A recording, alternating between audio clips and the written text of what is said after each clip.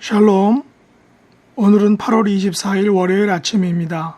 오늘도 우리의 믿음과 교회 공동체 가운데 섬기는 자의 본을 보여주신 예수님께 감사와 영광을 올려드립니다.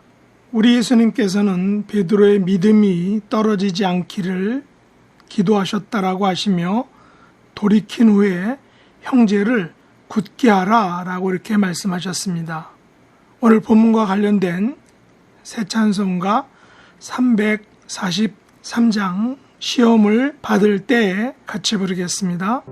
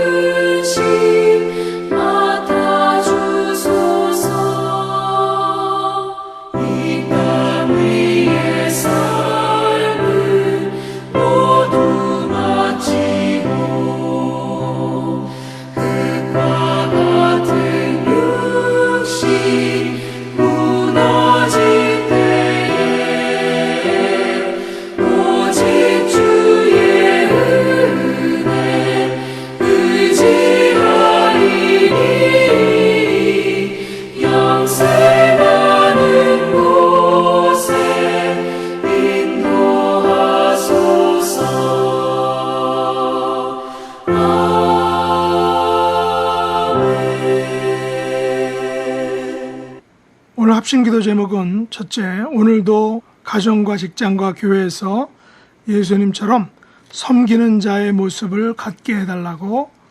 두 번째는 우리의 지체들을 긍휼히 여겨주시고, 또 미국에서 많은 산불들이 있는데 또 한국에서는 홍수 피해가 많은데 하나님께서 속히 산불은 꺼주시고 홍수 피해로부터 회복시켜달라고 기도하겠습니다. 마지막은 코로나 바이러스로부터 개인과 가정과 직장과 교회를 안전하게 지켜달라고 합심으로 기도하겠습니다.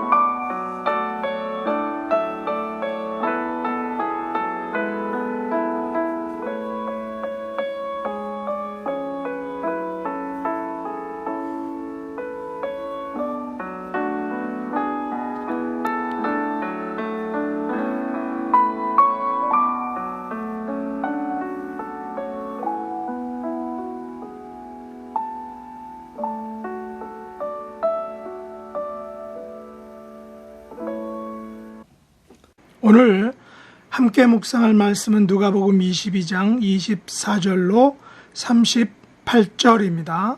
24절 또 그들 사이에 그중 누가 크냐 하는 다툼이 난지라 예수께서 이르시되 이방인의 임금들은 그들을 주관하며 그 집권자들은 은인이라 칭함을 받으나 너희는 그렇지 않을지니 너희 중에 큰 자는 젊은 자와 같고 다스리는 자는 섬기는 자와 같을지니라. 앉아서 먹는 자가 크냐 섬기는 자가 크냐 앉아서 먹는 자가 아니냐. 그러나 나는 섬기는 자로 너희 중에 있노라.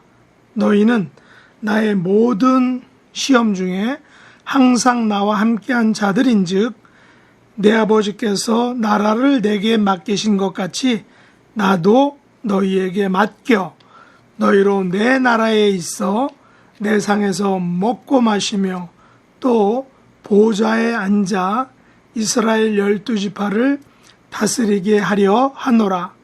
시몬아 시몬아 보라 사탄이 너희를 밀가부르듯 하려고 요구하였으나 그러나 내가 너희를 위하여 내 믿음이 떨어지지 않기를 기도하였노니 너는 돌이킨 후에 내 형제를 굳게 하라. 그가 말하되 주여 내가 주와 함께 오게도 죽는 데에도 가기를 각오하였나이다. 이르시되 베드로야 내가 내게 말하노니 오늘 닭 울기 전에 내가 3번 나를 모른다고 부인하리라 하시니라. 그들에게 이르시되 내가 너희를 전대와 배낭과 신발도 없이 보내었을 때에 부족한 것이 있더냐. 이르되 없었나이다. 이르시되 이제는 전대에 있는 자는 가질 것이요 배낭도 그리하고 검 없는 자는 겉옷을 팔아 살지어다. 내가 너희에게 말하노니 기록된 바 그는 불법의 동류로 여김을 받았다 한 말이 내게 이루어져야 하리니 내게 관한 일이 이루어져 가매니라. 그들이 여짜오되 주여 보소서 여기 검 둘이 있나이다. 대답하시되 족하다 하시니라. 아멘. 오늘 말씀의 제목은 너는 돌이킨 후에 라는 것입니다. 누가복음 22장은 가룟 유다의 배반으로 시작합니다. 유월절을 준비하고 예수님께서 제자들과 최후의 만찬을 드십니다. 제자들은 최후의 만찬이 가지는 의미도 모르고 그들 중 누가 크냐라는 문제로 다툼을 하게 됩니다. 제자들 중에 누가 크냐는 다툼을 옆에서 듣고 계셔야 했던 예수님의 마음을 한번 생각해 보시기 바랍니다. 마치 부모님이 곧 돌아가시는데 자녀들이 누가 재산을 많이 가지느냐를 놓고 싸운다고 생각해 보십시오. 부모의 마음이나 예수님의 마음은 매 한 가지였을 것입니다. 예수님께서는 누가 크냐는 제자들 사이의 다툼에 대해 예수님 당신의 의견을 개진하셨습니다. 이방인들의 임금들은 이방인 백성들을 주관하고 집권자들은 은인이라 칭함을 받는다고 하셨습니다. 임금의 권세는 백성을 주관하는 권세입니다. 이스라엘 백성들이 자기들에게도 이방 나라들과 같이 왕을 달라고 했을 때 하나님께서 하신 말씀이 바로 이것이었습니다. 사무엘상 8장 11절에 보면 여호와께서 사무엘에게 이르시되 백성이 내게 한 말을 다 들으라. 이는 그들이 너를 버림이 아니요 나를 버려 자기들의 왕이 되지 못하게 함이니라. 하나님께서 왕의 제도를 알려주셨습니다. 왕의 제도는 어떤 것이냐? 그가 너희 아들들을 데려다가 그의 병거와 말을 어거하게 하리니 그들이 그 병고 앞에서 달릴 것이며 그가 또 너희의 딸들을 데려다가 향료 만드는 자와 요리하는 자와 떡 굽는 자로 삼을 것이며 그가 또 너희의 밭과 포도원과 감람원에서 제일 좋은 곳을 가져다가 자기의 신하들에게 줄 것이며 너희의 양떼의 10분의 1을 거두어 가리니 너희가 그의 왕의 집권자의 종이 될 것이라 라고 말씀하셨습니다. 백성들은 사무엘의 말 듣기를 거절하고 이렇게 말하죠. 아니로소이다. 우리도 우리 왕이 있어야 하리니 라고 데모를 해서 결국은 왕을 갖게 됩니다. 결국 예수 그리스도의 왕 되심을 제외하고는 세상의 왕들은 완전하지 못한다는 것입니다. 물론 그들 중에 기억에 남는 인간 왕들도 있음을 우리가 알 수 있습니다. 이들 중에는 집권자들이 자칭 은인이라 칭하는 왕들도 있었다라고 예수님이 말씀하십니다. 무슨 말인가요? 은인이라는 명칭은 이집트와 시리아와 로마에서 통치자들이 왕들이 명예를 드러나기 위해 자칭 사용한 용어라는 것입니다. 영어로는 Friends of the People, 직역하자면 백성의 친구라고 이렇게 자칭한 것이죠. 나는 백성의 친구다 라고 왕이 말했던 것입니다. 다른 영어 성경에는 이렇게 표현했습니다. Benefactors and well-doers. 하지만 집권자들이 정말로 benefactors라고 베푸는 자들이라고 말할 수 있을까요?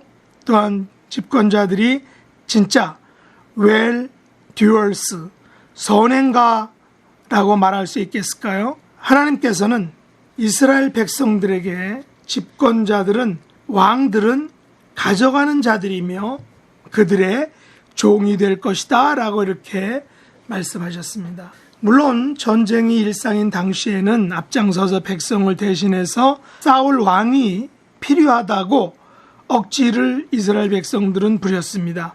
이것이 세상의 리더십입니다. 왕의 제도, 대통령 제도, 내각 제도 등은 이 세상에서 그나마 가장 최대한의 선택이라고 할 수 있을 것입니다. 그러나 하나님 나라, 아버지의 나라에서는 세상의 리더십은 통하지 않는다는 것입니다.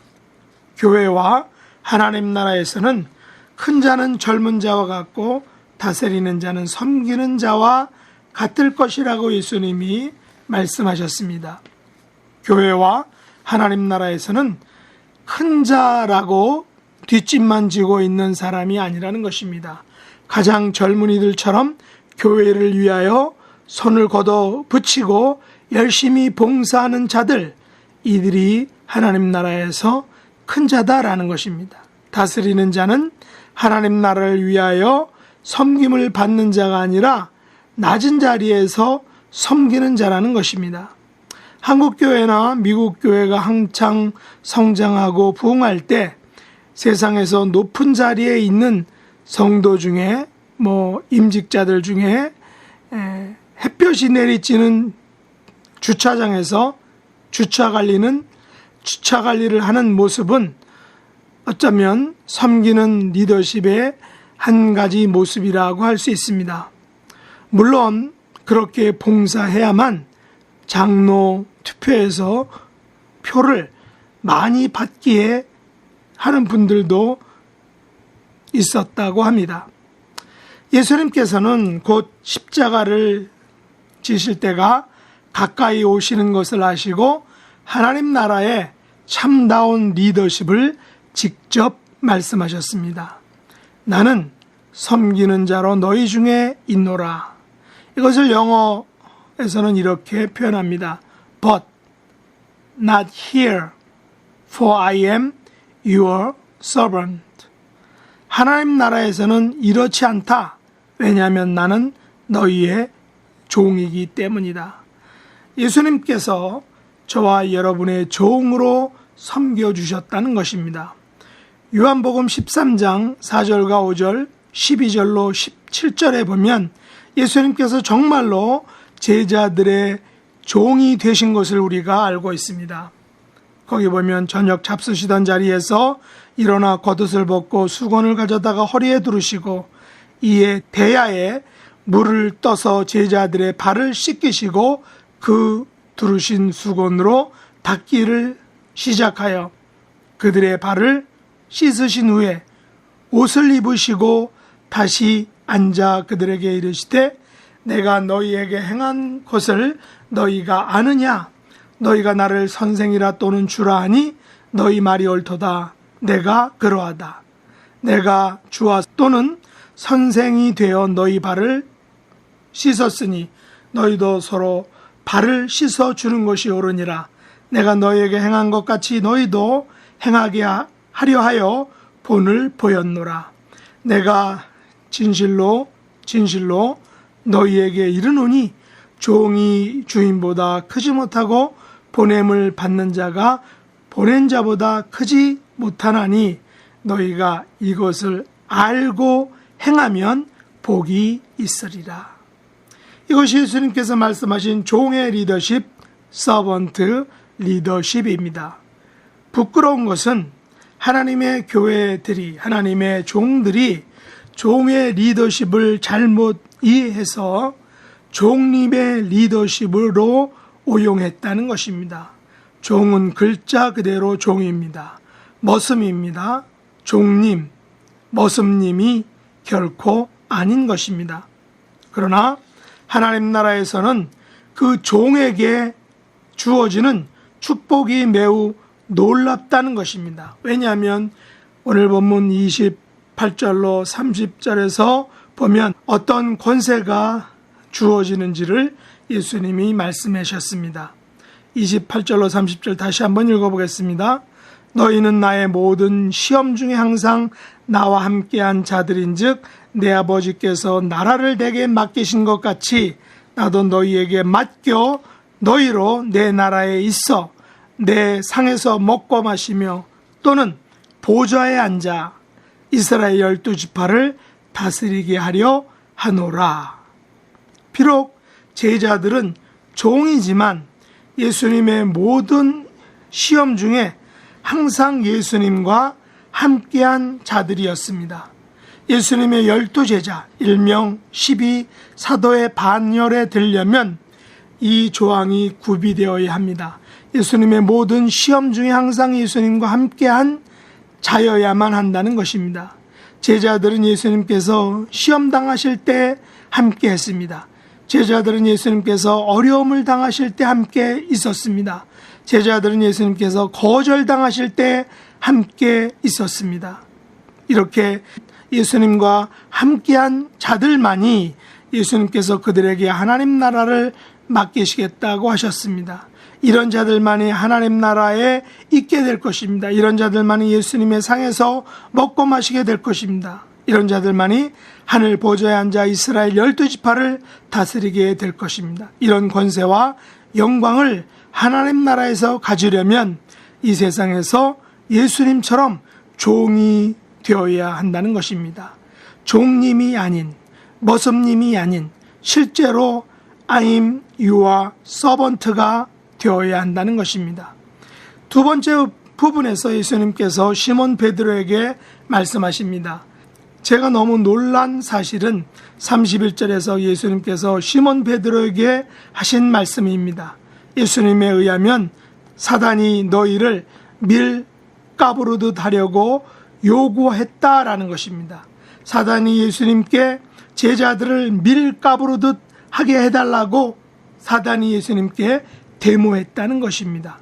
그러나 다행히 예수님께서는 사단의 이 같은 요구를, 데모를 거절하셨습니다. 대신에 예수님께서는 시몬 베드로를 위하여 그의 믿음이 떨어지지 않기를 기도하셨다라는 것입니다. 32절에 내가 너를 위하여 내 믿음이 떨어지지 않기를 기도하였노니 라고 하셨습니다. 이 말이 무슨 말일까요? 베드로가 곧 예수님을 3번씩이나 부인하게 되는데 그 부인함으로 인하여 자살하거나 극단적인 생각을 하지 못하도록 예수님께서 친히 베드로를 위해 기도하셨다는 것입니다. 그 중보기도의 결과 비록 3번씩이나 베드로는 예수님을 모른다고 부인했지만 결국에는 돌이키고 다시 제자의 자리, 원래의 자리로 돌아왔던 것입니다. 예수님께서는 3번씩이나 당신을 모른다고 부인하게 될 베드로에게 32절 하반절에서 이렇게 말씀하셨습니다. 너는 돌이킨 후에 내 형제를 굳게 하라. 그렇습니다. 우리는 연약합니다. 그래서 넘어지고 쓰러집니다. 그러나 예수님께서 우리를 위해서 기도해 주신다는 사실입니다. 내가 너를 위하여 내 믿음이 떨어지지 않기를 기도하였노니. 예수님께서 베드로를 위해 기도해 주셨기 때문에 베드로는 다시 예수님께로 돌아왔던 것입니다. 예수님께서는 당신의 기도로 그가 돌아올 것을 아시고 이렇게 부탁하셨습니다. 너는 돌이킨 후에 내 형제를 굳게 하라. 저와 여러분도 사단이 밀가부르듯 하면 넘어지고 쓰러질 것입니다. 그러나 예수님께서 우리를 위해 기도해 주시기 때문에 돌이키게 될 것입니다. 돌이킨 후에는 형제와 교회와 하나님 나라를 굳게 세워가야 한다는 것입니다. 예수님께서는 우리가 3번씩이나 부인했어도 돌이킨 후에 하나님 나라를 위해 우리를 다시금 세워주실 것입니다. 예수님의 종의 리더십을 가지고 하나님 나라를 섬기고 교회를 굳게 세워가는 저와 여러분 될 수 있기를 예수님의 이름으로 축복합니다. 기도하겠습니다. 하나님 아버지, 예수님의 종의 리더십을 본받게 하여 주시옵소서. 하나님 나라를 굳게 세워가는 종들로 삼아 주시옵소서. 예수님의 이름으로 간절히 기도드리옵나이다. 아멘. 하늘에 계신 우리 아버지여, 이름이 거룩히 여김을 받으시오며 나라의 임하옵시며 뜻이 하늘에서 이룬 것 같이 땅에서도 이루어지이다. 오늘날 우리에게 일용할 양식을 주옵시고 우리가 우리에게 죄 지은 자를 사하여 준 것 같이 우리 죄를 사하여 주옵시고 우리를 시험에 들게 하지 마옵시고 다만 악에서 구하옵소서. 대개 나라와 권세와 영광이 아버지께 영원히 싸움나이다. 아멘.